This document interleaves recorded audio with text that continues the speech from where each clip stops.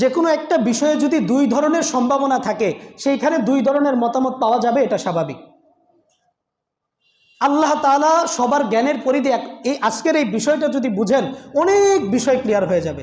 এই যে মাসলা মাসাইলের ক্ষেত্রে দ্বিমত হয়, অনেক ক্ষেত্রে দ্বিমত হয়, এই বিষয়গুলো ক্লিয়ার হয়ে যাবে। কেন হয়? সবার জ্ঞানের পরিধিকে একরকম, সবার বুঝশক্তি কি একরকম, সবাই কি একই রকমভাবে একটা জিনিস বুঝে না। তো সাহাবে কেরাম, ওলামে কেরামদের মধ্যেও তো জ্ঞানের পরিধির কম বেশি ছিল। একজন এক হাদিস, তিনজন একই হাদিস তিন রকম বুঝছেন, একই হাদিস তিনজন তিন রকম বুঝছেন, তিনজন তিন রকম আমল করছেন, তিনজন তিন রকম আমল করার কথা বলছেন। এই জন্য তিন রকমের আমল যদি আমরা করি তিনোটাই কি হয়ে যায়? সহি হয়ে যায়। সুবহানাল্লাহ। এই জন্যই বলা হয়েছে যে ওলামে কেরামের যে ইখতিলাফ, সেই ইখতিলাফ হলো বা মতানৈক্য হলো আমাদের জন্য রহমত। আমাদের জন্য কি রহমত? একজন হাত এইখানে তুলে